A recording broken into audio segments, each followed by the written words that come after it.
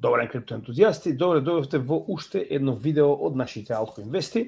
Иако со мало задоснување, едноставно имавме потешкоти и претходниот пат кога ги правевме истите, 3 пати електричната енергија престана во нормална канцеларијата каде што снимавме и 3 пати почнувавме од почеток. Така да овај четврт се надеваме и последен пат во снимање на Altcoin Вестите. Со тоа што нормално ова моравме да го преместиме за следната недела, односно понеделнички почнуваме со Altcoin Вести. Иако ова беше содржина која што требаше да добиете во петокот. Како и да е, во претходниот викенд веќе поминавме преку нормално лов на дно, лајвстримот во саботата и недела каде што обработивме видео за X402, тоа е Linux стандардот за плаќање машина кон машина. Се надевам дека сте ги погледнале, верувам дека ќе ви се допаднат. Ова видео е снимено пред самиот лајвстрим за лов на дно. Така да продолжуваме понатаму. Као што знаете и сами, 6 септември 2026 година ќе биде нашата трета македонска криптоконференција. Официјално во понеделник имаме состанок да го потврдиме 7-миот говорник, така да дефинитивно ќе имаме многу интересни презентери оваа година. Би ви препорачал на mkk.mk да ги резервирате вашите билети на овој тап, Register for Free, со цел да нормално имате ваше бесплатно место на нашата конференција. И понатаму blog.cryptogamidja.mk, најдоброто место да добиете најнови вести како од крипто, така од макроекономија и геополитика. Значи, кога ќе дојдете на самата страна, овде ќе ви даде известување да ја заследите и постојано на секој час и половина ќе добивате најсофистициран, би рекол, апдейт во така речено блог форма од најбитните портали кои што ги следиме. Дополнително овде ќе е нашата телевизија cryptogamidja.mk, може да ја најдете на нашата веб страна, исто така може да ја најдете и на нашиот канал, која што апдейтираме постојано. Верувам дека ќе ви се допадне најновите и најстарите или постарите белеков видеа, искомбинирани со цел да постојано имате нешто од нас да видите. Продолжуваме со Altcoin Вестите, како што кажавме, прво почнуваме со институционалниот дел, каде што маркет капот моментално е негде над 2 трилиони, моментално точно 2,3 трилиони долари. Се уште не сме сигурни дали ова дното, нормално погледнете го видеото лов на дно оваа сабота со цел да се запознаете подобро за тоа каде мислиме дека се наоѓаме во овој циклус во детали. Кога станува збор за алткоините, нормално истите се екстремно ниско. Значи не заборавајте дека се уште голем дел од алткоините нормално го немаат утврдено потенцијално своето дно, поради тоа што и биткоин се уште го нема утврдено своето дно. Нормално далеко од алткоин сезона индекс, значи како што може видите и сами, иако се наоѓаме негде на средината, ова беше пред само некој ден, последните неколку дена од војната во Иран повторно предизвика пад на цените на пазарот и се наоѓаме на 37, а се наоѓавме на добри 51 од така речено алткоин сезона индексот. Во секој случај можеме да видиме дека од 2021 ние официјално алткоин сезона се уште не сме имали, значи дека се уште се наоѓаме во биткоин сезона со оглед на фактот дека последниот циклус едноставно немавме алткоин сезона. И понатаму најактивните проекти се би рекол стандард на годишно ниво: Ethereum, Cardano, ICP, Arbitrum, Flow, Stacks, Avalanche, Link, XTZ и така натаму, додека на неделно ниво во однос на Core Development, тоа е развивањето на самиот блокчейн, Ethereum, Cardano, HBAR, Flow, ICP, во однос на развивање на сопствениот екосистем, Ethereum, Cardano, ICP, Arbitrum, Flow. Апсолутно истите имиња ги гледаме откако ги правиме Altcoin Вестиве, тоа се некои добри 2,5 години. Дополнително, брзина на самиот блокчейн, видите, да не ви се верува, моментално Solana е подобро од ICP, ова е прв пат во последниве, би рекол, месец дена. Не успеав да најдам некоја официјална причина зошто е ова вака, но во секој случај, прв пат после месец дена, Solana е побрза од ICP со 1500 трансакции во секунда, додека ICP има негде околу 1300 прие. Како и да е, значи сепак овие се без конкуренција во последниве, да речем, година дена, најбрзите блокчейни во блокчейн светот.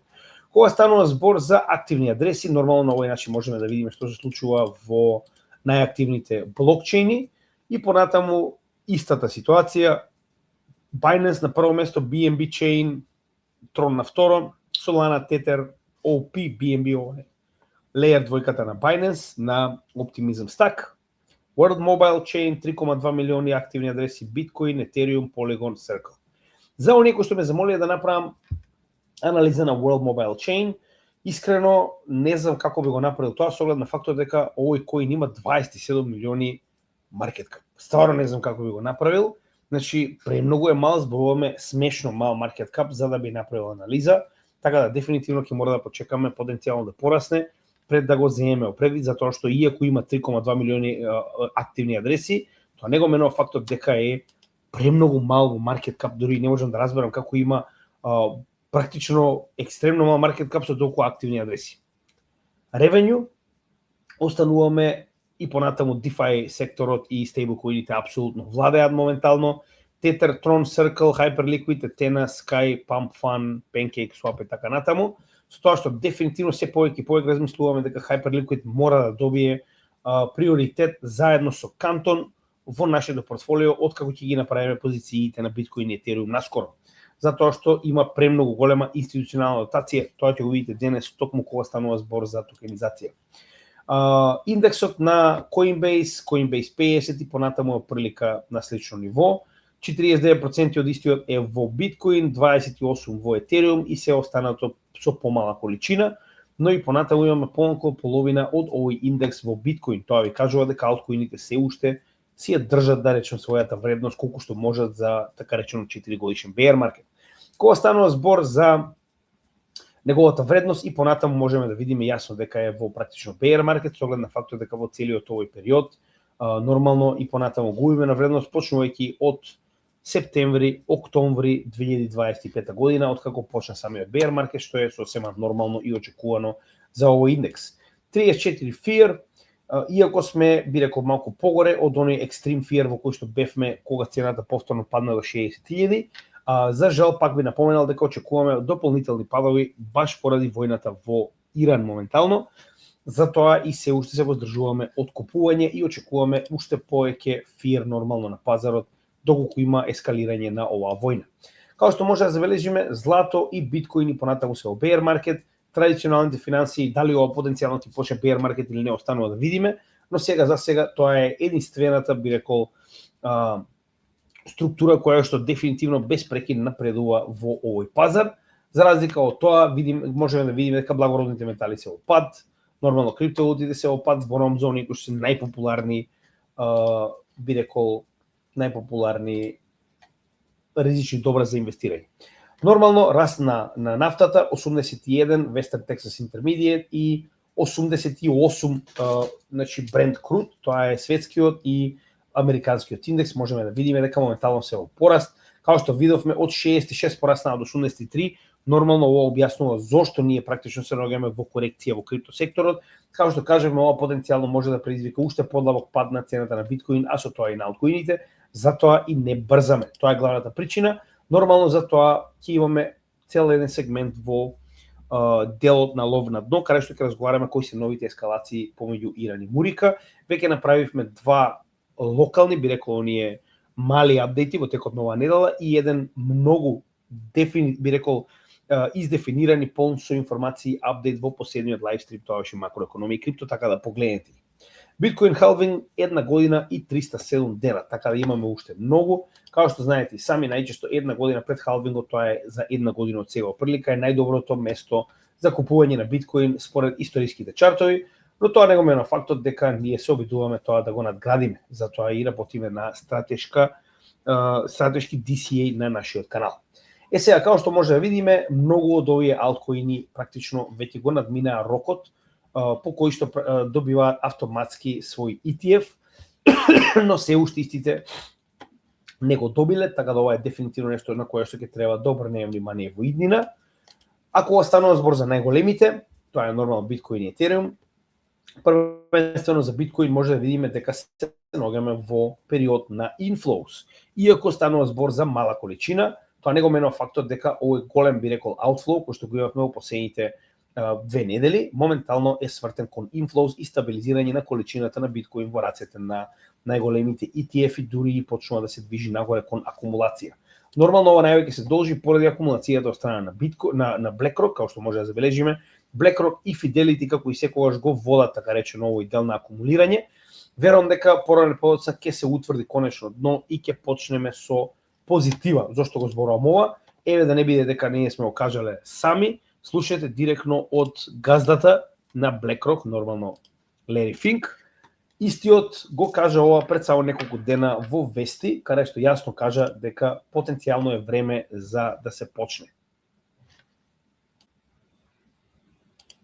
There is no question, as I said it in earlier times that I was here, I was always worried about the leverage in Bitcoin and crypto. There was too much leverage players in it. That's why we had the washout, and I think there's more stability at these levels here. But no, we don't see that much implicit leverage. For the scale of the capital markets today, the leverage is not as large. I mean, that doesn't mean there's not pockets. But no, I, as I said in my prepared remarks this morning, I'm very bullish on the markets over the next 12 months. I think the technological revolution is going to power better margins for more companies. I mean, think about BlackRock. We've raised our margins increased by 260 basis points over the last 12 months. A lot of it is using more and more technology.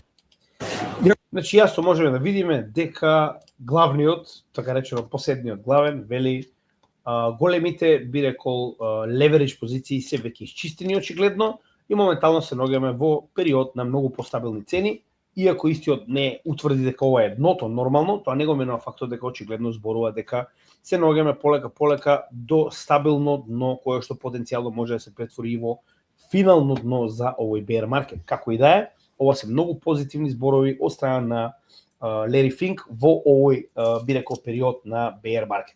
Не заборавајте, и самиот кажа дека овој wash кој што го видовме, односно земање профит од страна на нивните клиенти, не беше случајно, очигледно. Он кажа дека тоа практично било оркестрирано според ова што го случнавме моментално. T-Rowe, ова е посебен тип на asset management компанија, која што моментално постои низ целиот свет, а е базирана во Европа. Зашто е толку битна? Затоа што можеме да видиме според анализите на вештачка интелигенција, истите менаџираат повеќе од 1,9 трилиони долари на своите клиенти, што значи дека станува збор за една од најголемите во светот. Моментално T-Rowe одлучи да направи свој ETF, кој што е така речено мешавина од различен тип на криптовалути, почнувајќи со 41% од овој индекс е во биткоин, додека останаците се во коини како што е Ethereum, XRP, Hyperliquid, Solana и така натаму. Значи очигледно најголемите играчи на пазарот се дел од овој индекс, што пак ќе кажам е ETF, спот ETF, значи дека ова корпорација или Assets Under Management фонд на своите клиенти им дава директно да купат дел од овој ETF, кој што практично инвестира во овие коини во процентуалната вредност која што веќе ја спомнавме. Значи знаеме дека 47% биткоин, останатото не е овдека прецизирано, но верувам дека е, нели, според големината распределено на останатите валути кои што моментално ги спомнавме. Така да ова е крајно позитивно за целиот крипто сектор и понатаму гледаме дека алткоините имаат, би рекол, доста добар замав, иако се наоѓаме во bear маркет. Кога станува збор за моментално како изгледа inflows, outflows, иако имаме денови на outflows, како што може да видиме овде, имаме доста позитивни денови во последниве 30 дена. Погледнете, 6,7 милиони, 15 милиони, 15 милиони, 6,5 милиони, 5,3 милиони и така натаму. Гледаме дека сме имале само 5 дена outflows и се останато и inflows кога станува збор за XRP. Горе-доле гледаме интересни податоци и за останатите алткоини, че имаме 4 дена outflows, а се останато е inflows кога станува збор за Solana. Хај, како што кажав, дефинитивно треба максимално да обрнеме внимание, ова изгледа ќе биде сериозен проект за следниот bull маркет, иако имаме outflows повторно 4-5 дена, се останато inflows, може да видите и тоа сериозни inflows, погледнете. 3 милиони, 4 милиони, 8 милиони на ден. Ако продолжиме понатаму, горе-доле може да видиме слична ситуација, два outflows во последниве месец дена, но се сериозни, 1,2 милиони, 230,000, значи повторно, иако се алткоини, јасно може да видиме дека има постојано inflows, односно Chainlink има само еден ден половина милион outflows, се останато е inflows. 900,000, 1 милион, 1,8 милиони и така натаму. Значи дека најголем дел од овие алткоини се моментално во многу добра форма, односно постојано имаме акумулација, иако се наоѓаме практично на дното на овој циклус. Сега, ако се кејавате во претходните алткоин вести, спомнавме дека MicroStrategy ја отвори така речено вратата кон дополнително продавање на биткоин. Истите направија, би рекол, едно солидно продавање, кое што нормално направи уште така повеќе да се исплаши, да речем, пазарот. 3068 биткоини беа продадени на 6 јули од страна на MicroStrategy. Но, во исто време, овој момент на продажба од страна на JP Morgan беше оценет позитивно. Значи, ова анализа која што доаѓа на 17 јули, пред само еден ден, од страна на JP Morgan, вели вака. Значи, моментално последното продавање од околу 3000 биткоини донесе, така речено, кеш на MicroStrategy, кој што им дозволува да на некој начин не ги чепкаат останатите биткоин резерви во наредните 20 месеци. Односно, пред да ги продадат овие 3000 биткоини, имаат 2,5 милиарди долари кеш. Сега имаат 3 милиарди долари кеш. Нормално тоа можеме лесно да го потврдиме на нивната страна. Истото го тврдат и они. Имаат 3 милиони долари кеш, кој што моментално се така речено перниче за сите оние привилегирани акции и дивиденди кои што мора да ги уплаќаат во наредните 20 месеци. Тоа е единствениот трошок кој што го имаат кон своите инвеститори. Што значи дека за наредните 20 месеци они не мораат да продадат ниту еден сатоши, а ќе имаат доволно пари да ги покриваат сите овие дивиденди кои што им следуваат на дел од овие привилегирани акции кои што моментално ги гледаме овде. Што значи дека според JP Morgan ова е крајно позитивно оценето, моментално нивниот кеш баланс е доста голем со цел да немаме повторно шокови како што го имавме тој во 6 јули. И уште еднаш ќе напоменам, ова е причината зашто постојано зборувам дека не се потребни херои. Затоа што хероите гледате дека лесно пукаат под притисок, значи истото се случи со многу вакви херои претходно, затоа и постојано зборувам. Блокчейн технологијата нема потреба од херои, има потреба од масовна глобална адаптација. Ваков тип на фаци денеска се позитивни, утре се негативни кога ќе си го прекршат зборот. Па затоа и пак ќе напоменам, фокусирате се на технологијата, не се фокусирате на тоа што прават поединци, без разлика колку се големи, без разлика колку позитивно делуваат во одреден период. Со тоа што и понатаму не значи дека немаме акумулација, Metaplanet 2800 биткоини, ова е нормално дацовите, Digital Asset Treasuries, компании кои што директно купуваат крипто. 2800 биткоини, Hyperscale 134, Orange BTC 92, со тоа што имаме и продажба, некоја мала компанија 80 продала и единствената голема продажба која што видовме на 6 јули од 3500 биткоини на MicroStrategy. Но гледаме дека веќе почнале повторно со акумулација. На 22 јуни повторно има 520 биткоини акумулирано. Тоа значи дека очигледно акумулацијата и понатаму продолжува на биткоин во позитива. Дацовите се дефинитивно најпозитивниот дел од акумулацијата во биткоин моментално, за разлика од ETF-ите нормално. Ethereum и понатаму Bitmain апсолутно растурија, скоро ќе стигнат до 5% од купната количина на Ethereum, што мене ако ја прашувате не е добро, но повторно акумулација во овој период е позитивна без разлика дали е тоа централизирана од еден ентитет или не. За разлика од останатите, да не ги проверуваме еден по еден, нормално знаете дека алткоините се додека не го добиеме кредити актот, односно додека нема своја јасна правна рамка, не очекуваме дека ќе има многу акумулација. Со исклучок на овој период, кој што нормално е практично претходната година, кога очекувавме алткоин сезона, јасно може да видиме дека тоа го очекувале и компаниите. Значи гледаме дека во следниот период единствено кое што моментално се акумулира е биткоин и Ethereum. Останатото се некои мали небитни суми во алткоини кои што навистина се смешни, така да пак ќе напоменам, затоа и не се фокусираме на анализа на дацовите за алткоини, се додека не добиеме clarity акт или додека не видиме промена во однесувањето на овие ентитети, мада не верувам затоа што не заборавајте, иако моментално имаме второстепени акти од SEC и од CFTC, тоа се двете агенции за регулирање на овој сектор во Америка, тоа се само второстепени акти, се уште гледаме дека голем дел од институциите чекаат потврда дека овие ресурси стануваат официјално дигитални, така речено ресурси, дигитални практично на некој начин представуваат секојдневен ресурс кој што е во дигитална форма и на тој начин нормално не се сметаат за хартија од вредност и односно дека не представуваат хартија од вредност и на тој начин дека е безбедно да се инвестира во нив. Дополнително кога станува збор за колку моментално имаме биткоин на централизираните менувачници, иако имаме мал скок во овој период, каде што гледаме дека биткоин се враќа на менувачниците, Тоа не го менува фактот дека overall можеме да видиме уште од февруари 24 година постојано излегува биткоин од централизираните менувачници. Нормално ова не е случајно со оглед на фактот дека во јануари 24 година беа пуштени првите спот ETF-и за биткоин во трговија на пазарот, што значи дека автоматски од тогаш јасно можеме да видиме како постојано излегува биткоин од така речено овие централизирани менувачници, што значи дека некој го акумулира. На почетокот во февруари сме имале максимална вредност од негде околу 3,3 милиони биткоини на централизираните менувачници, за сега да имаме 2,7. Тоа се околу 500-600 илјади биткоини акумулирани во последниве 2 години, така речено. Нормално, ако видиме малку поназад, ќе видиме уште пострашна слика. Значи, на овој чарт можеме да видиме малку поназад. Можеме да видиме дека во претходниот највисок момент на централизираните менувачници имало 3,4, значи уште повеќе, така речено, милиони биткоини на пазарот, а сега имаме многу помалку, што значи дека очигледно се помалку и помалку биткоин има на централизираните менувачници. Истото важи и за Етериум, како што може видите и сами.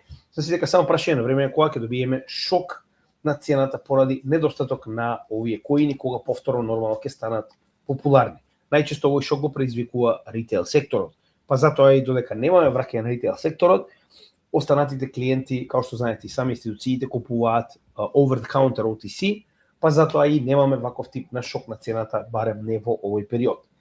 И понатаму, во однос на законот за биткоин стратешка резерва, гледаме дека 3 земји понатаму се оние кои што веќе имаат донесено на сојузно ниво, тоест извинувам, на ниво на сојузни држави, додека, како што веќе кажаме претходно, се очекува дека голем дел од овие земји потенцијално ќе го донесат истиот закон и ќе почнат да инвестираат директно во биткоин, пред тоа потенцијално да се претвори во резерва на ниво на држава. Се уште имаме нов закон, ако се сеќавате, од Синтија Лумис, преработен, кој што потенцијално би акумулирал 1 милион биткоини во оваа стратешка резерва на Америка, но се уште е во процедура, истиот се уште не стигнал дури ни до Конгресот, иако е ставен на ред за работа, така да се очекува потенцијално наскоро да видиме нешто интересно околу овој дел. Сега за сега Clarity Act е нормално приоритет. И во однос на холдерс гледаме дека нема некоја голема промена од претходниот пат. Ја верувам дека овие бројки ќе се зголемат моментот кога ќе се врати ритейл секторот, моментот кога ќе дојде повторно да биде во главен план, би рекол, оваа технологија, а дефинитивно тоа ќе се случи. Највеќе тоа гледаме од страна на институционалната адоптација за која што ќе зборуваме сега. Сега, прво, како што гледате и сами, за жал, се уште нема официјален датум кога потенцијално ќе се зборува повторно за Clarity Act. Зошто е ова толку битно? Затоа што до следниот, би рекол, ресес, односно одмор на Сенатот, треба да биде во август. Тоа значи дека имаме само 12 дена од денес, тоа е 18 јули, кога се снима ова видео, до потенцијално да има практично одмор оваа институција. Зошто е толку битно? Значи, еве, дознаваме уште еден интересен момент. Дел од, така речено, проблемот кој што го има сенаторите со овој закон е тоа дека се уште во самиот закон нема јасни клаузули со кои што ги спречуваат личностите на највисоки позиции, функционерите во оваа држава, да можат, така речено, да го злоупотребат овој закон. Односно, да им се забрани, така речено, како што тоа го направи Трамп, да може да прават своји коини и така натаму. И според тоа, наводно, тука била пречката која што баш пример за тоа е Трамп коинот, кој што нормално сам си го изминта, направи милиарди, луѓето останаа со 95% изгубена вредност. Со тоа што моментално вели Clarity Act-от, Трамп ги повикал сите овие сенатори кои што имаат проблем со, така речено, ваквиот етички дел од законот и наводно се одржал состанок во текот на вчерашниот ден на 17 јули.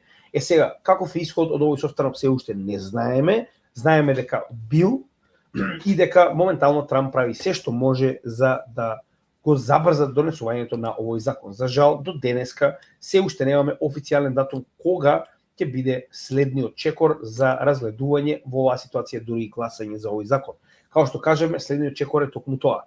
Треба да биде изгласан со множество на ниво на целиот Сенат, за потоа да се врати назад на ниво на Конгрес, каде што истиот дали ќе биде гласан или ќе биде само, така речено, reconciled, односно ќе биде усогласен со текстот кој што беше изгласан во Конгресот, останува да видиме.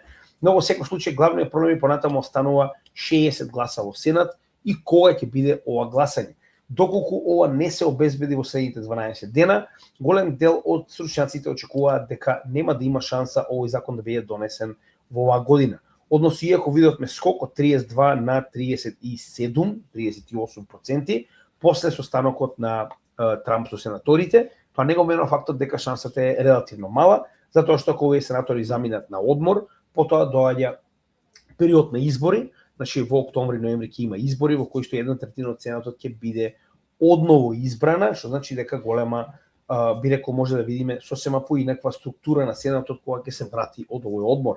Со оглед на фактот дека од сенаторите некои кои што ќе бидат повторно избирани, ќе практично сакаат да водат својата кампања, нема да се замараат со закони. Тоа е проблемот и да се надеваме дека ова ќе успее. Како и да е, гледаме голема поддршка зашто го зборувам ова. Значи Патрик Мекхенри, кој што уствари е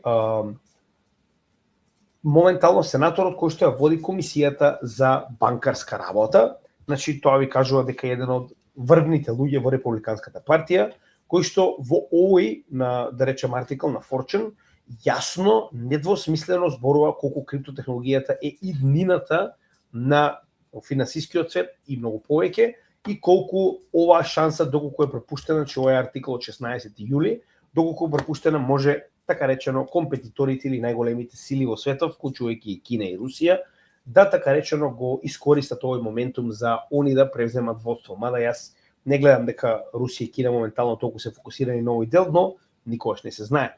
Дури и саме моментално го нарекува овој Clarity Act или нели новиот закон за најголемата ствар од истиот сличен таков закон за телекомуникации донесен така речено пред 2-3 декади, што значи дека вели моментално ова е најбитниот закон кој што треба да се донесе. Пак станува збор за еден од највисоките представници на оваа партија која што е на власт. Genius актот кој што треба да биде дел и инкорпориран во Clarity актот кој што се занимава исклучиво со стейблкоините, официјално од 18 јули, тоа е денес кога се снима ова видео, влегува во сила, но и дополнително второстепените акти кои што треба да бидат донесени од различни агенции, како што се FinCEN, Office of the Foreign Asset Controller, OFAC и така натаму, така наречено скратено, нели? Сите овие, да речем, агенции кои што моментално се дел од администрацијата на Трамповата влада, до 18 јули требаше да дадат своји второстепени толкување, процедури и така натаму, за тоа како ќе биде применет Stablecoin Genius актот.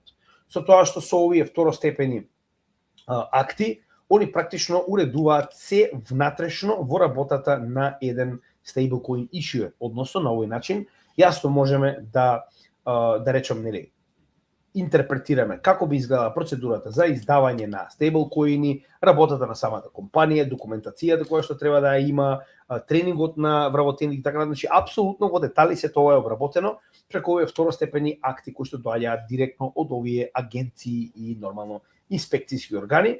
Значи на овој начин практично од денес до денес веќе се тоа требаше да биде подготвено и од денеска треба да биде во полна сила да стапи, нели, на територијата на цела Мурика. Така да ова е пак позитивно, за нас не менува нешто посебно, но како и да е.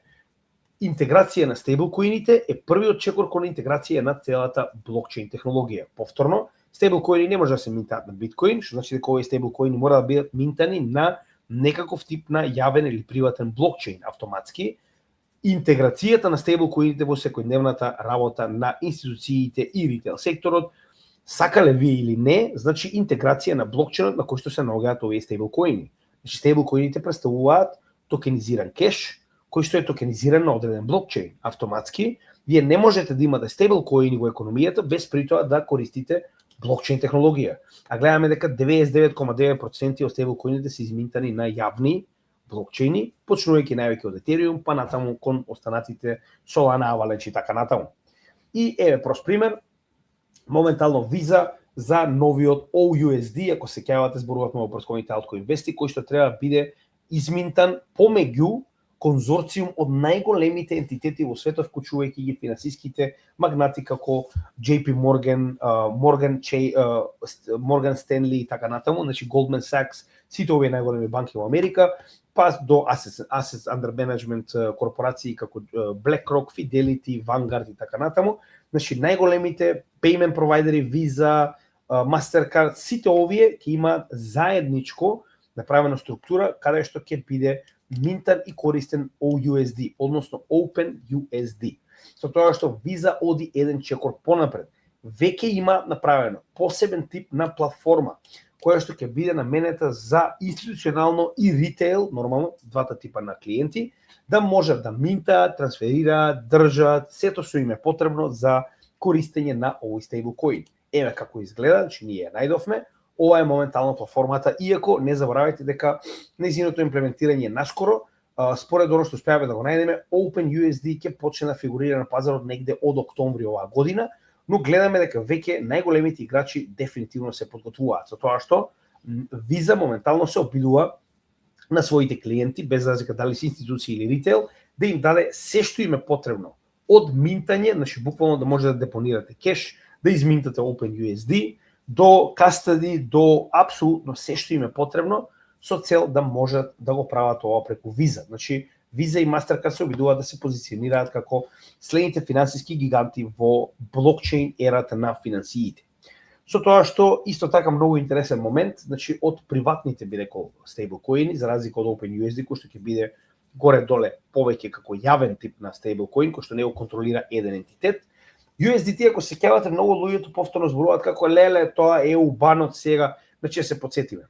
Тоа што Европа моментално им запира на своите граѓани да користат услуги од одредена компанија, блокчейн компанија или блокчейн проект, тоа не значи дека овие проекти нема да престанат да постојат, се разбираме. Значи, за жал во Европа има некаков менталитет дека доколку нив тоа не им е дозволено, доколку они не се клиенти, автоматски готово, тој проект заборавајте го. Значи, зошто го зборувам ова? Многу слушам од луѓето како готово тоа USD ќе пропадне, гледаме некои артикли, луѓето пишуваат стандард, значи ништо ново, ние зборуваме, слушаме за тоа како USD ќе пропадне веќе така речено од неговото постоење од 2014 година, но тоа не го менува фактот дека реалноста е сосема поинаква. Треба да се потсетиме дека Европа заедно не е ниту 10% од вкупната количина на популација во светот. Територија уопште да не зборуваме. Значи, на крајот од денот, тоа ви кажува дека нема да пропадне USDT, ни по точка разно, тоа може јасно да го видиме овде. Значи, може да видиме дека без разлика на се, количината на луѓе кои што моментално го поседуваат овој коин и понатаму расте, и дополнително може да видиме и дека не е само overall, значи не само дека имаме повеќе луѓе кои што го користат, значи USDT постојано расте, дополнително тоа се случува на сите блокчейн. Тоа ви кажува дека тоа што Европа моментално забранила нешто за своите граѓани, тоа не значи дека ова нешто ќе престане да постои. Истото важи и за Binance, истото важи и за останатите проекти кои што моментално не им е дозволено да учествуваат на овој пазар поради мика. Така да имајте го тоа преви следниот пат кога некој ќе ме плаши дека наводно тоа е тоа, дека ова е крајот, дека сега веќе USDT нема да постои, Binance нема да постои, далеко од вистината, и сакам нормално тоа да го имате во превид следен пат кога некој ќе ве заплашува. Значи многу е битно да гледате големата слика. Сега доаѓаме до алткоинвестите кои што се, верувале или не, многу интересни, посебно кога станува збор за токенизација. Значи светот Apple се спрема за голема револуција во делот со токенизација. Пред да почнеме со ова, значи јас ветив на претходниот лайвстрим на макроекономија и крипто дека ќе погледнеме малку повеќе во делот со ласерскиот напад врз картичките на Тангем. Односно, овдека го раздробивме на повеќе различни артикли, и најдобриот артикл кој што успеав да го најдам, кој што го потврдува ова дека навистина се случило, е The Hacker News, ова е интересен портал, каде што детално е објаснето како е направен овој напад, зошто е успешен и што за тоа превзема Тангем. Односно, јас веднаш ќе ви кажам, затоа што ова беше доста голем страф, многу од луѓето на самиот лайвстрим веднаш реагираа као дека тоа е тоа, не, напротив. Значи, да, секоја технологија си има своји слабости, но во оваа ситуација генерално мора да напоменеме дека ова е еден во милион дека може да ви се случи токму вас. Зошто го зборувам ова? Да, нападот е успешен, односно компанија која што е дел од корпорацијата на Ledger, Don John, успеала на Tangem картичка да промени пасворд. Како го направила тоа? Според објаснувањето овдека, потребна била екстремно софистицирана лабораторија, кое што кошта минимум $250,000. Повторно, екстремно високо познавање на хардвер и софтвер на ваков тип на технологии, што значи дека во оваа технолошка лабораторија картичката на Тангем била пресечена со цел да биде изложен чипот на самата картичка. Сега не овака, него ова е нормално само анимација, не е овдека покажано, верувам дека не го направиле тоа со цел да нормално не покажат што уствари прават, бидеме реални. Значи, идејата е дека чипот на оваа картичка е изложен. Повторно, овдека и самите би рекол представници на Ledger јасно кажуваат дека чипот ги има највисоките стандарди за заштита. Ова е тип на заштита која што имаат сите банкарски картички и секаков тип на картички кои што се ваков тип на заплаќање. Та EAL6+, значи ова е највисоката моментално постоечка да речем стандард за заштита на самите картички. Но како и да е, и покрај тоа ни успеале да ја пресечат така реченова картичка, да го изложат чипот и вели самиот Тангем, доколку го заборавите вашиот пасворд, значи ви дозволува со втората бекап картичка да може заедно со двете картички да практично го ресетирате пасворд. Така. Сега, ова е уствари дел кој што го искористиле напаѓачите, каде што пресечената картичка во моментот кога системот, односно апликацијата на која што вие се обидувате да го ресетирате пасворд, тоа мора да биде повторно преку телефон, така, и ја топирате картичката за да практично потврдите дека сакате да направите одредена активност. Во тој момент е пратен така речено импулс од ласер низ чипот на оваа картичка, токму во моментот кога се обидува да апликацијата да потврди дека имате бекап картичка која што ви дозволува да го ресетирате пасвордот. И во тој момент ваква импулс од ласерот предизвикува некаков тип на глич, не сум сигурен точно што, не е овдека детално објаснето, кој што наместо втората картичка ја убедува апликацијата дека вие навистина имате рекавари картичката и ви дозволува да го промените пасвордот. Со тоа што вели. Потоа, во рок од 2 часа се направени неколку обиди на различни картички и поради тоа што сетапот веќе бил подготвен, апсолутно секоја од овие картички нападот бил успешен. И вели, на 10 февруари е известена корпорацијата на Тангем, која што потврдила дека да, нападот е можен, но многу добро објаснување, вели прво, како вие знаете колку потенцијално има пари за да би се нафатиле да најдете $250,000 така речено хардвер и да можете нормално да го направите. Што значи дека мала е шансата дека некој ќе се нафати ова да го прави, не знаејќи дека на вашиот новчаник може би имате само $12. Така. Дополнително, моментот кога вас ќе ви снема една картичка, автоматски дефинитивно треба да преземете чекори, убаво е кажано и овдека, значи не постои начин на кој што може ова да се отстрани, не постои апдейт кој што може да биде имплементиран, овие картички немаат таков тип на софтвер, значи нема апдейт, што значи дека сите картички до сега продадени го имаат инхерентно ова како слабост. Главниот проблем каде е? Доколку изгубите картичка, се препорачува веднаш да ги пренесете вашите средства на друг тип на Ledger. Финално, доколку изгубите картичка, веднаш пренесете ги вашите средства на друг тип на новчаник и не чекајте да се случи нешто, иако е многу мала шансата тоа да се случи.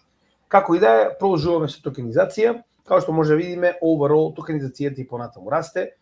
3,5% во последните 30 денови пораснале токенизирани капитални добра, додека стейблкоини 3,2%. Значи дека буквално гледаме како се случува токенизација на сите финансиски пазари. Во исто време, екстремно битно случување од страна на DTCC. Тоа е посебен тип на организација која што потенцијално можеби не сте слушнале, се нарекува Depository Trust and Clearing Corporation. Ова е моментално светски најголемата приватна корпорација која што се занимава со порамнување, односно откако вие ќе направите било каков тип на тргување на хартија од вредност, нормално овие хартии од вредност треба да бидат порамнети, треба хартиите да дојдат во рацете на оној кој што ги купил, средствата кои што ги платил треба да дојдат во рацете на оној кој што ја продал хартијата од вредност. Ова е работата на комисија, тоест на Depository Trust and Clearing Corporation, која што моментално на годишно ниво процесира $4 квадрилиони вредност на хартија од вредност од едни во други раце. Што значи дека ова е најголемата финансиска глобална корпорација поврзана со стейблкоини. Со стейблкоини, извинувам, со хартија од вредност. Зошто е ова толку битно? На 15 јули, официјално, прави неколку различни трансакции со кои што потврдуваат дека истата оваа финансиска институција магнат започнува со официјална токенизација, односно направени се и токенизирани различни хартии од вредност, овдека е напоменато точно кои, че овдека може да ги погледнете, сега да не навлегуваме преку нив, различни, значи имаме приватни обврзници, државни обврзници и така натаму, со тоа што сето ова е моментално токенизирано на Кантон и на Hyperledger, она што моментално го зборувавме. Моментално ова се двата главни блокчейни на кои што биле направени сите трансакции. Зошто е ова толку битно? Затоа што погледнете листата на учесници. Апсолутно лудило. BNP Paribas, BlackRock, нормално од нашите, тоа дека се Chainlink, Circle и Ondo, најголемите имиња кои што ги најдов. Ако продолжиме понатаму, Citadel, значи екстремно големи ентитети. Linux, фондацијата, Microsoft, Nasdaq, New York Stock Exchange, значи погледнете ги, апсолутно најголемите. Societe Generale, State Street Investment Management, Talos, Vanguard, значи погледнете имиња кои што биле дел од овие трансакции. Што ви кажува вас тоа? Значи самата DTCC потврдува дека ова е само почеток, зошто? Затоа што официјално има своја така речено токенизациона услужна апликација која што почнува да функционира од октомври 2026 година. Односно од октомври на оваа финансиска институција ова ќе биде нормален тип на работа. Значи токенизацијата доаѓа на највисоко институционално ниво преку ова што моментално овде го гледате. Со тоа што токенизацијата е детално објаснета со помош на овој артикл на Ondo. Значи јас не би можел целосно да ја објаснам во основа. Првите типови на токенизирани ствари кои што биле направени се акции на Circle и на S&P 500, кои што практично како такви се токенизирани преку Ondo и Alpaca Markets. Значи Ondo е оној кој што ги инициира овие трансакции, преку Alpaca Market кој што моментално е институцијата која што ги депонира овие акции од вредност, тоест се извинувам, хартии од вредност на DTCC Tokenization Service. Значи DTCC е уствари институцијата која што врши токенизација на овие од хартии од вредност, а Ondo и Alpaca се оние кои што инициираат самата трансакција и ова се хартиите од вредност кои што се токенизираат. Као што веќе кажавме, ова е направено на Canton и на Hyperledger. Што значи дека ова е начинот на кој што моментално ќе функционира. Повторно, ова е само две од неколкуте различни хартии од вредност кои што се токенизирани, но можеме да видиме дека големи ентитети од криптосекторот се вклучени во овој процес. Почнувајќи од Ondo, кој што го имаме во нашето портфолио не случајно, нормално Canton, кој што го имаме во нашето портфолио не случајно, Ondo и Canton се апсолутни джинови во овој сектор сега за сега, а замислете со кого работат, пак ќе напоменам, нивните маркет капови се многу мали, а работат со ентитети како DTCC. Дополнително, не смееме да го забораваме Chainlink. Вели, во оваа апликација која што моментално се развива на DTCC, не заборавајте, овие артикли се директно на страната на DTCC. Ова не е од некој мал портал на крипто кој што моментално го пишува ова. Значи DTCC, вели, во ваквиот 24/7 тип на collateral management, односно апликацијата која што ќе ги врши токенизирањето, ќе го превземе Chainlink, ќе го користи Chainlink со цел да може да прави data and automation capabilities на самата апликација. Односно, Chainlink ќе биде Oracle кој што ќе се користи за нормално, како што може видите, Chainlink runtime environment, тоа е една од карактеристиките на Chainlink кој што ги, тоест услугите кои што ги обезбедува, и data standards. Што значи дека овие два типа на услуги ќе бидат обезбедени од Chainlink за да може да функционира оваа апликација на DTCC. Значи екстремно битно. Погледнете ги проектите кои што се вклучени. Повторно, не Bitcoin, не Ethereum како најголемите, туку Ondo, Canton, Hyperledger, Chainlink. Со тоа што можеме да видиме дека истите не се само случајно, може да видиме дека истите се активно дел од оваа активност. Chainlink, Ondo, Canton, кој што веќе го спомнавме како дел нормално од Canton Network, и Hyperledger кој што сега како забеле не може да најдам, но исто овдека се наоѓа истиот. Така да дефинитивно крипто не е играчка, како што може да забележиме. Temple Digital Group, компанија која што нас не ни е позната, направив малку копање, тоа е компанијата која што стои позади така речено Canton Network. Односно, ова е компанијата која што го на некој начин развила инфраструктурата и ордер книгите на самиот Canton. Моментално истата прави партнерство со BitGo. BitGo самиот по себе знаеме дека е менувачица, но во исто време има и свое институционално ниво, каде што има своја банка, значи имаат своја банкарска лиценца и дополнително имаат екстремно, би рекол, високи институционални клиенти.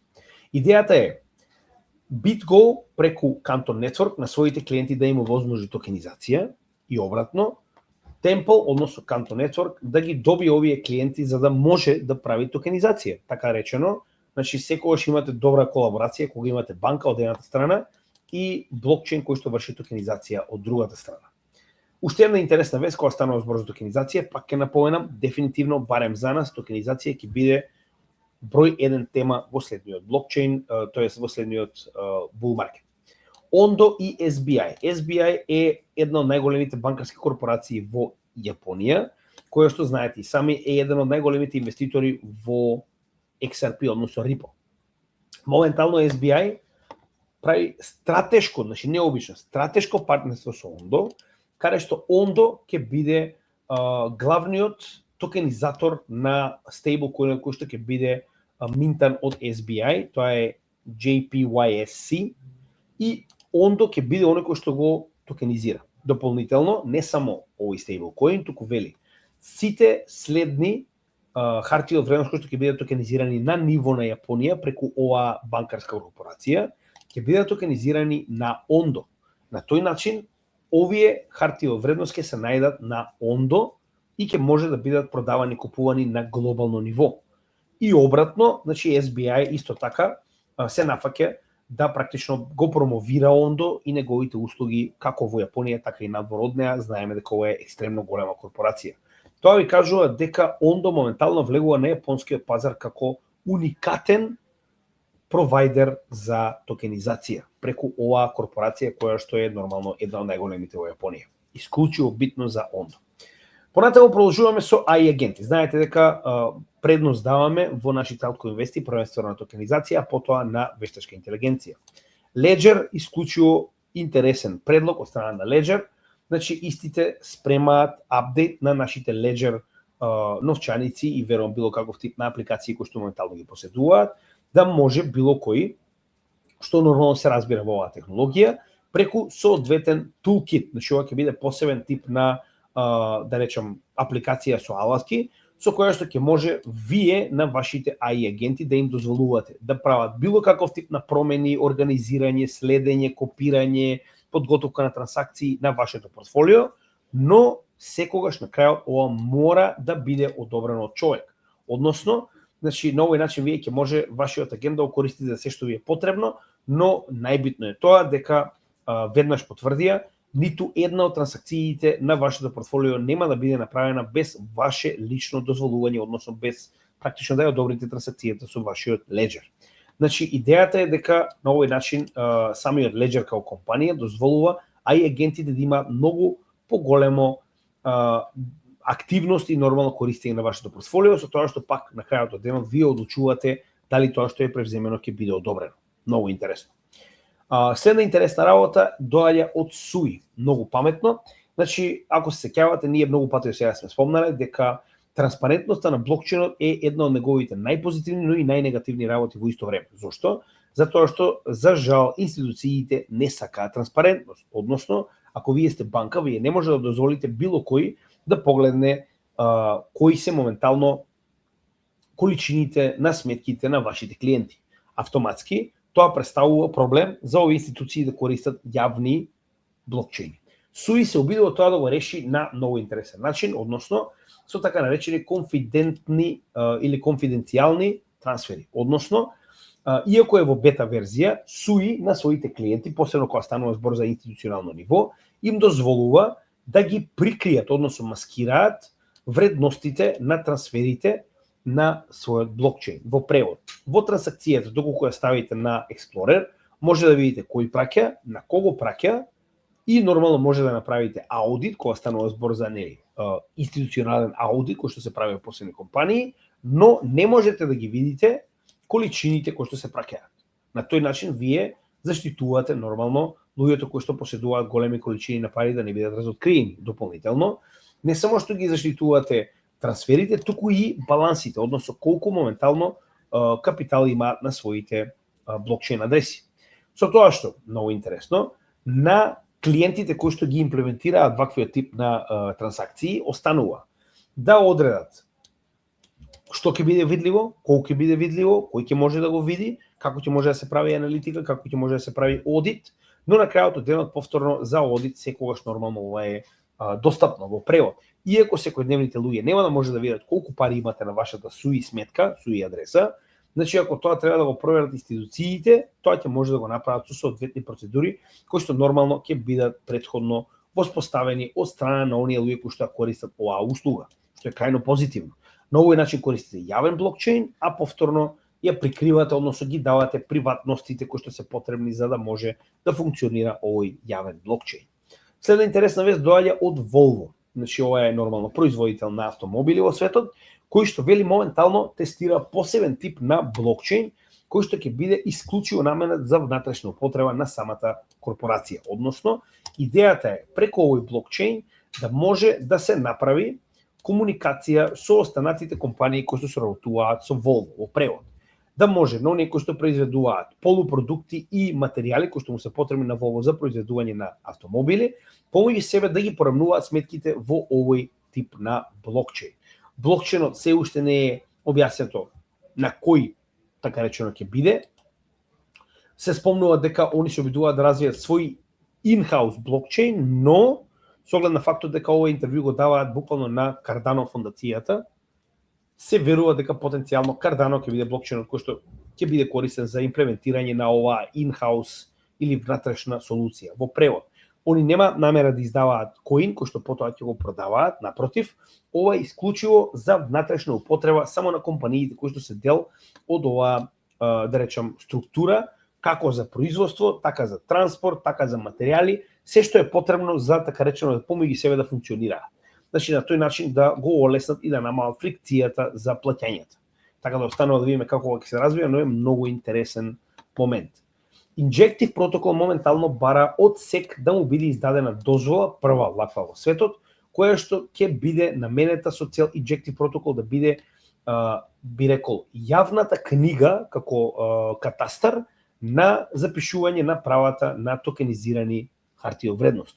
Ова до сега не се случило, според артикол што моментално го прочитавме. Injective е првиот протокол кој што бара од SEC да му биде далена ваква лиценца која што нормално ќе биде со цел да се направи јавен регистар во кој што ќе може Injective Protocol да води сметка за тоа кој купил, кој изминтал, кој продал, каде е моментално нели оваа хартија од вредност во чија собственост е. Така да повторно ова не е за они да ги контролираат хартиите од вредност, напротив ова е за да ги следат како што кажам, како катастар на хартии од вредност во блокчейн верзија. Во исто време Injective влегува во фондацијата X402.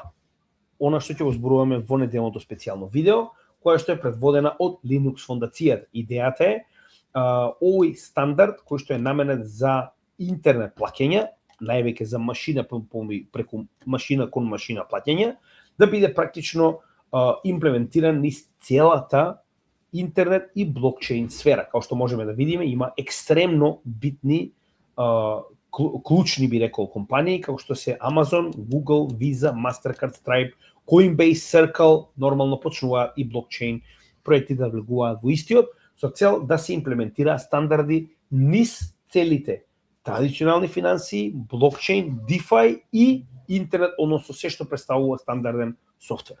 Така да е екстремно позитивно, пак ќе напомена, погледнете го следното специјално неделно видео. 36-ти бърн на BNB блокчейн, односно можеме да видиме дека истите продолжуваат понатаму, апсолутно како часовник. Иако не сум голем фан на централизирани менувачници и нивните коини, затоа што нивните коини буквално имаат иднина колку што имаат именовачниците, ако нешто случи со именовачницата, завршува и историјата, односно вредноста на коинот, погледнете ги FTT и FTX. Но во оваа ситуација Binance за сега успеа буквално да премине преку затварање на нивниот собственик, преку забрана за работа во Америка и се уште си крцка, секоја чест. Тоа што можеме да потврдиме дека овој артикал очигледно 1615, значи јасно може да го видиме овде дека истото е и директно на нивната страна bnbburn.info. Каде што зошто е толку битно, со ова последно горење веќе се повеќе од 1/3 од BNB коините изгорени. Односно, тоа ни кажува дека овој брн доколку продолжи, вредноста на BNB коинот ќе расте, затоа што се помалку BNB коини имаме во циркулација, што е крајно позитивно. Многу добар начин на регулирање на инфлацијата. Многу добри вести доаѓаат директно од ICP, интернет протокол, интернет компјутер протоколот, кој што моментално лансира своја multi-dex, односно ова е децентрализирана менувачница, директно регулирана од нивниот Network Nervous System NNS и која што ќе биде имплементирана во канистри. Зошто е ова толку битно? За разлика од другите дексови кои што дел од нив имаат пример, дел од софтверот на AWS серверите за процесирачка моќ и така натаму, или користат да речем дел од овие онлайн мемории, за разлика од тоа, овој DEX, multi-DEX така наречен, ќе биде целосно на ICP во овие така наречени канистри за кои што многу пати сега сме зборувале. Многу паметно, многу добро направено и уникатно. До сега ова ќе биде првиот DEX кој што е целосно on-chain. Дополнително, во исто време имате General Bug Bounty програм кој што е активен, иако постои постојано, моментално е највеќе фокусиран кон овој DEX. Со оглед на фактот дека DEX-от почна да работи од 15 јули, истиот може многу лесно да го најдете multidex.ai и може да го пробате. Истиот е моментално во пробна верзија и доколку најдете баг, као што гледате и сами имаат Bug Bounty, кај што може да добиете и некој денар ако нели се разбирате во ова. Така да би ви препорачал да го погледнете multidex.ai и да погледнете како ќе функционира DEX-от на ICP. Секоја чест еден од проектите кои што сега за сега дефинитивно е еден од подобрите што сме ги избрале во однос на фундаментална анализа. Времето ќе си покаже за се останато. Моментално Stellar ја проширува својата соработка со MoneyGram, со кој што соработува уште од 2021, откако MoneyGram престана да соработува со Ripple поради тужбата од SEC и почна да соработува со Stellar, како и Figure и Range. Ова се три финансиски институции на глобално ниво кои што одлучија сега да имаат свој посебен тип на валидатор на Stellar мрежата. Само најголеми ентитети имаат валидатори на Stellar мрежата, као што се сеќавате во нашиот апдейт што го направивме за Stellar, покажавме во последниот апдейт кој што го направивме за Stellar пред само неколку недели, објаснивме дека нема поента да имате нод затоа што не сте наградени со XLM токени, тоест коини, но нормално овие големи институции со оглед на фактот дека постојано ги користат услугите на самиот Stellar, очигледно и паметно е да имаат своји валидатори каде што ги процесираат овие трансакции. Така да ова е крајно позитивно, вакви големи институции кога имаат валидатор на вашиот блокчейн, очигледно е позитивно за самиот блокчейн. AAV верзија 4, значи ова е најновата верзија на овој lending borrowing протокол. Односно последната верзија која што нормално матично е на Ethereum, со овој апдейт од 15 јули официјално истата ќе биде достапна и на Avalanche. Односно, значи зборуваме за последната верзија, верзија 4. Значи, lending and borrowing услугите кои што ги има AAV, ќе може да ги најдете и на Avalanche дексовите. Со тоа што моментално ова се валутите кои што ќе бидат достапни како колатерал или за позајмување на ова AAV V4 верзија.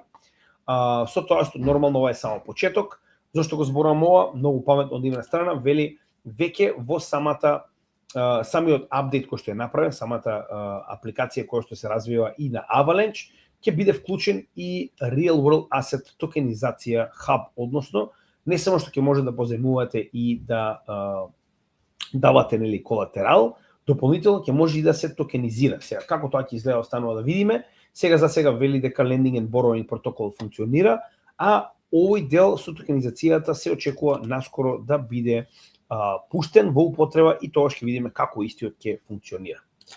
И имам уште некои интересни вести, нормално до самиот крај на денешните Altcoin вести. Следната ни доаѓа од Hedera. Ова беше нешто што многу од нашите членови се уплашија, па сакавме да го објасниме. Значи, веднаш сакам да ви кажам дека Hedera блокчейн нема апсолутно никаков проблем, односно можеме да видиме дека овој експлоит кој што од DeFi проект кој што се наоѓа на Hedera екосистемот, така наречен Bonzo, се така речено одземени 5,25 милиони долари во Ethereum.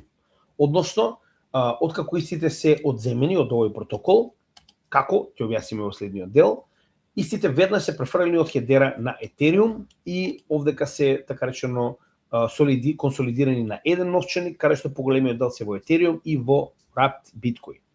Така да, хакот е успешен за жал, но не е виновна Hedera. Ова е исклучиво битно, односно виновен е Supra Oracle-от. Supra е Oracle кој што моментално функционира на Hedera, кој што бил користен за лендинг, тоест за DeFi протоколот Bonzo. Значи ова е децентрализирана менувачница. DEX.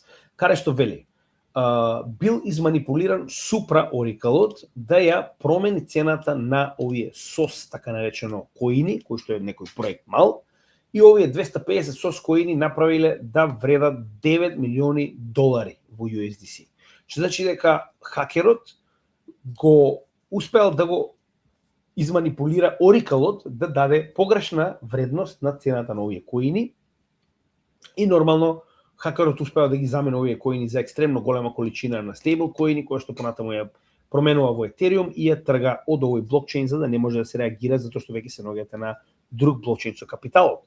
Тука е проблемот, ова се случи на 11 јули, но пак ќе напоменам, HBAR Hedera нема проблем. Проблемот е Oracle, што значи дека Hedera ни по точка разно не е би рекол пробиен, не е нормално најден хак на ваквиот блокчейн. Како ова ќе заврши останува да видиме, големината на сумата не е нешто посебно, но за жал ова дефинитивно ги погоди цените и на Hedera и на ликвидноста на Bonzo и на Supra и така натаму. Така да јас дефинитивно Hedera продолжувам да држам од своето портфолио без никаков муавет.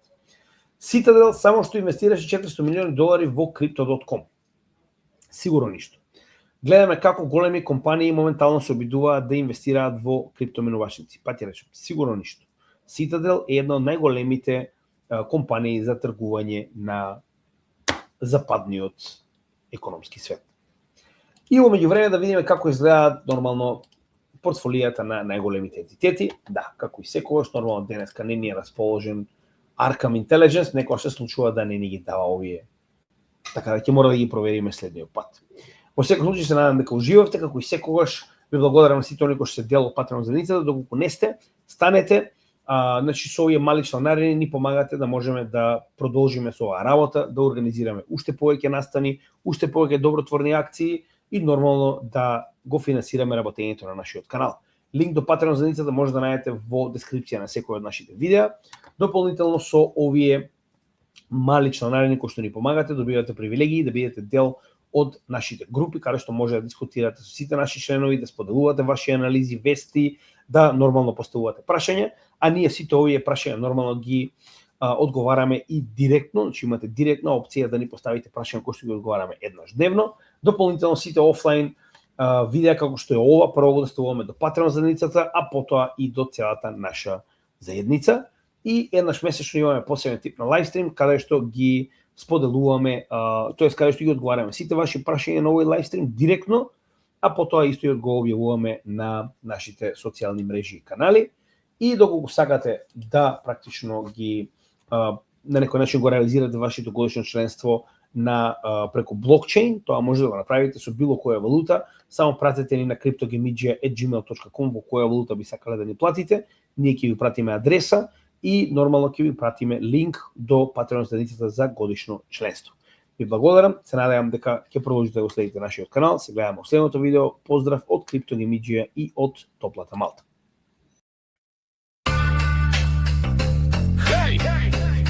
Од Велес до светот, CryptoGamedia, знаеш. god se do nego. Zajedno krevat buka, во живо се брате, кај што знае забава да пука на монитор, бројки, график, нерви, од биткоин до трендови ги читаат први. Македонец за македонец, тоа е слоганот, не продаваат магла, туку знаење за џабе, кај што други се губат. Во шуми, во хаос, тие ловат вести, па прават баланси, јасно, седна вест, две вести, трета веќе се менува, а тој што ги следи лесно логика си вденува. Криптогемјуџија, со око за ризик и гоце со него ни прошируваат видик. Кога пазарот трепери, тие гледаат мирно, кога сите се плашат, тие стојат силно. Македонец за македонец, тоа е парола. Македонец за македонец, гемиџијата не води по патрон. Криптогемиџија, со god се дозволи. Криптогемиџија, учат цела бригада да се бори. Макроекономија, брате, не е шега, мурика со зелена тоалетна, хартиен 2 сирока, принтерот пуштен на јако, од Фед до селото Брисел, вести за злато. Од Блискиот исток до БРИКС и Мала Британија, геополитика ко мрежа од жици. Еден потек таму, а ефект тука у очи. И секоја вест од светот ја носат со тежина. Не е само кликбејт, туку слика и длабочина. Не паѓат на фейк нјуз, туку се следат сите страни. Ако имате против гемиџијата, на темата ве кани. Кога пазарот трепери, тие гледаат мирно, кога сите се плашат, тие стојат силно. Македонец за македонец, тоа е парола. Македонец за македонец, со гоце до последен стици факт, гемиџијата не води по вистинскиот пат. До утрински часови не знаат за доста, се рокаат теми за крипто и мокта, од шема до шема, од график до график, се на македонски јазик. Македонец за македонец, тоа е парола. Македонец за македонец, со гоце до последен стици факт, гемиџијата не води по вистинскиот пат. Крипто светот врти, ама ние сме будни, гемитрија тера, а фактите се судни. Хеј! Македонец за македонец,